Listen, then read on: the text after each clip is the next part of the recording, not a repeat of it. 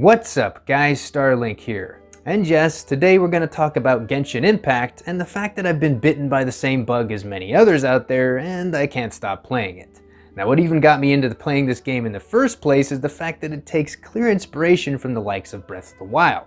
But once you actually start playing it, there's some clear differences that are present that separate it from that popular Zelda title. Let's take a look.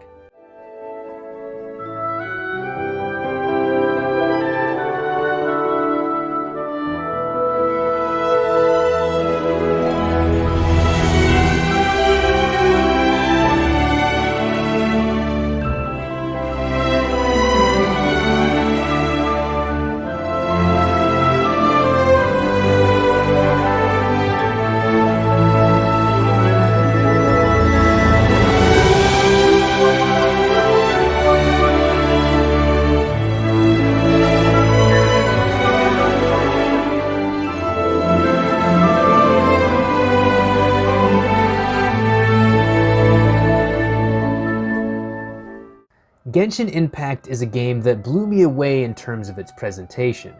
Developed by a mobile developer called Mihoyo as a free-to-play title, I thought I knew what I was getting into. I really don't care for mobile games all that much, especially when microtransactions are involved, but something drew me into Genshin Impact with its clear setting taking inspiration from the likes of Breath of the Wild. Yes, there are similarities to the latest Zelda release, but there are also plenty of differences here that set it apart. Now the story of Genshin Impact takes place in the world of Teyvat, which is divided into several nations and regions. Each nation is associated with and worships an Archon, godlike beings which represent one of 7 elements. The game begins as 2 twins are traveling across the stars and happen to stumble upon the world of Teyvat, set ablaze with the fires of war. As they attempt to leave, however, they confront and fight a mysterious god who happens to capture the other twin depending on who you choose to play as and seals you away. After some undisclosed amount of time, you awaken and meet Paimon, who travels with you to the city of Mondstadt, having a chance encounter with a mysterious boy and a dragon along the way. Once you arrive, you help fend off an attack by said dragon, known as Storm Terror by the populace.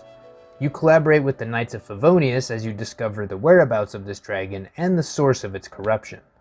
And that is just the start of the Mondstadt story, as each new region you explore has its own tale that unfolds. There are only 2 regions in the game as of right now, that being Mondstadt and Liyue, with more to come in the future updates, so the whole story is still ongoing. Genshin Impact is an open-world action RPG.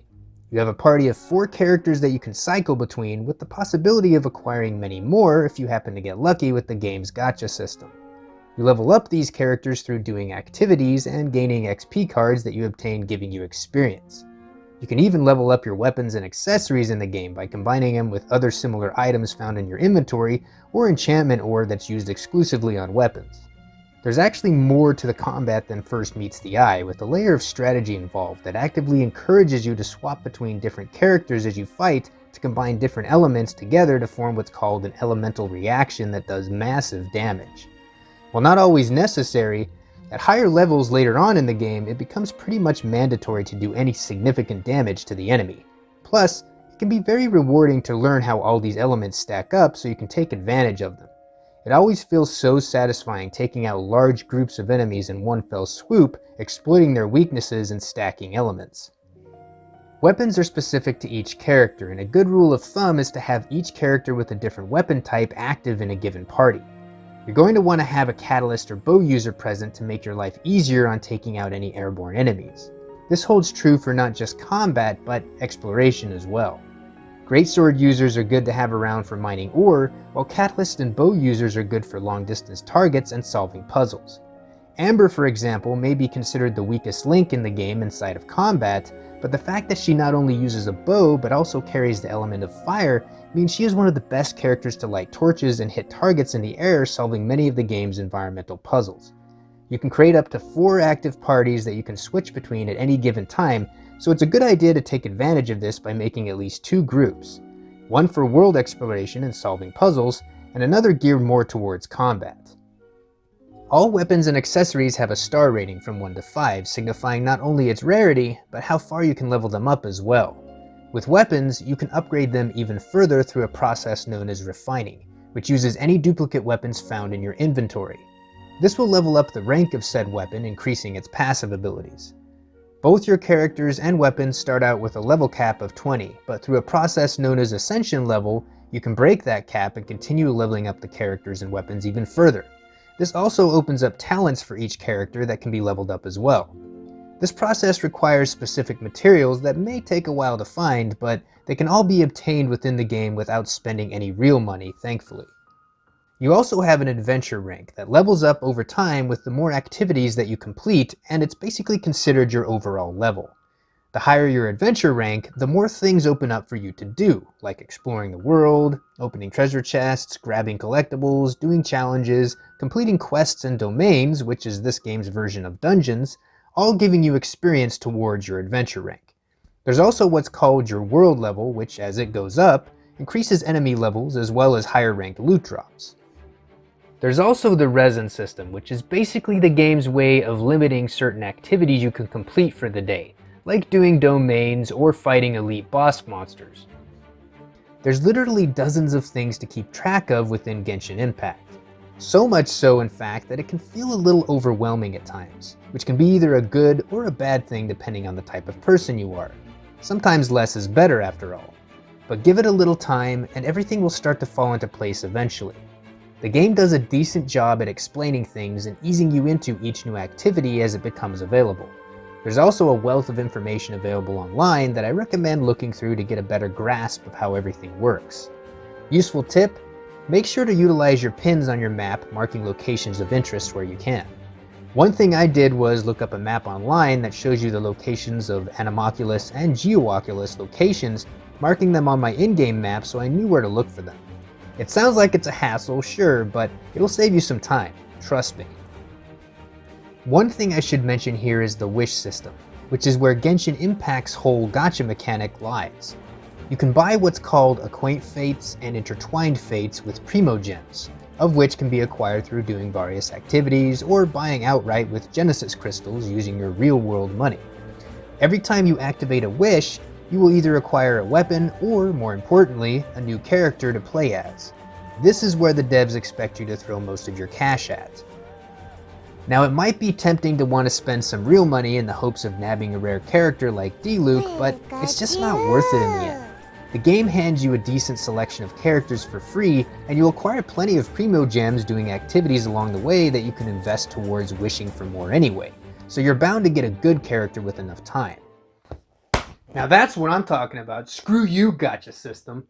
Not all is lost if you get a duplicate character either, as it gives you an upgrade item for that specific character's constellation, increasing their effectiveness. Sure, some of these characters might be better than others, but every character has their use. You just have to invest the time and resources to develop them properly. You can still make plenty of wishes as you progress in the game without spending a dime, just at a slower pace is all. Paimon's heard of scams that start like this, though. They rope you in with all the benefits in the beginning, so you let your guard down, and that's when they get ya. The art style used here is very reminiscent of Breath of the Wild when it comes down to the open world setting and even many of the creatures that you come across, but it's the more anime-infused character designs that make it stand out the most. Environments are well crafted, and it can be fun to explore every nook and cranny to find hidden secrets. It may not be the most technically demanding game I've ever seen on a console or PC, but again, considering Genshin Impact's mobile roots, this is very impressive, and it's still a beautiful world to adventure in. The production values of this game are pretty insane given miHoYo's origins as a mobile developer. The story is compelling enough to keep me invested, and the English voice acting isn't half bad. That's a good thing too, as there's quite a bit of it. Now that's not to say that there isn't a few cringe-worthy lines thrown in here and there for good measure, but the level of quality present honestly shocked me considering this is a free-to-play game. Paimon isn't the irritating nuisance that I thought she'd be, which is a good thing considering she is pretty much the voice of your character speaking on your behalf. She even got a chuckle out of me at times. I did notice from time to time that the voice dialogue didn't always recognize the fact that I was male or female, and sometimes the audio would cut off shortly before the lines were even finished. Sometimes the audio wouldn't even sync with the text properly. There were even times when the voice actors would say something completely different from what was written. Overall, however, The English voice acting and the script of the game are really good and keep you engaged with the story. I get a lot of those Tales of vibes from Genshin Impact, which is a good thing for me as I enjoy those games.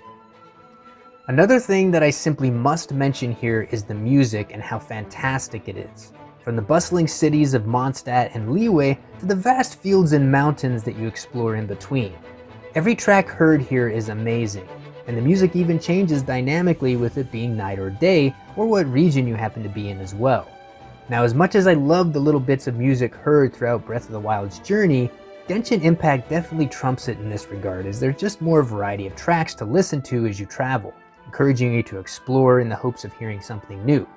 Now, one of my favorite tracks, of which there are many, is a variation of Genshin Impact's main theme that's heard on the game's title screen at nighttime.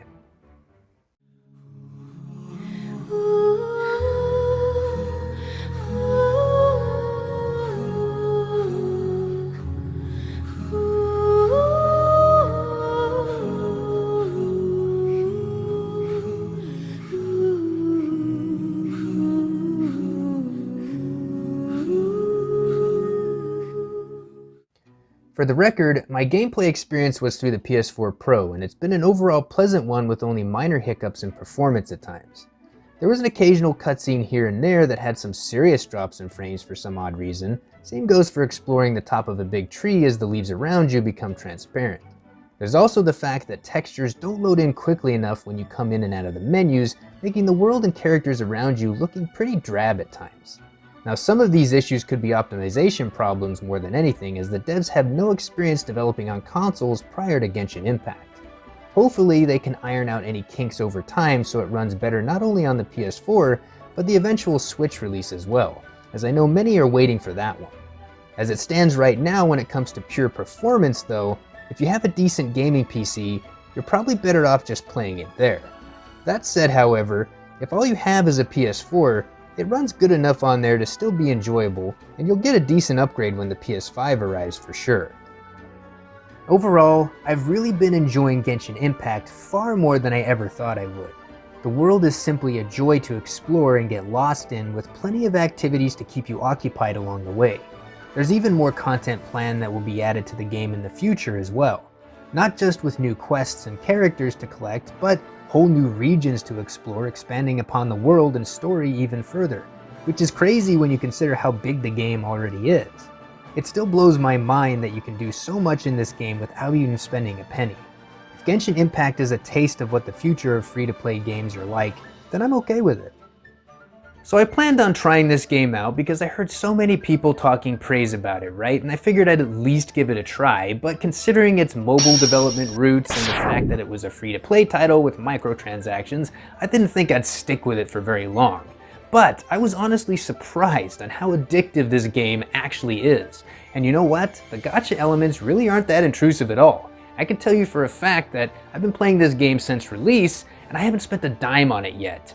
And I've been playing well over the 40+ hour mark, though that's just an estimation because as far as I can tell within the game, there is no in-game option to tell you how long you've been playing the game, which I know is a minor gripe for some people, but for me personally, it always kind of bugs me because I like to know how much time I'm sinking into each game.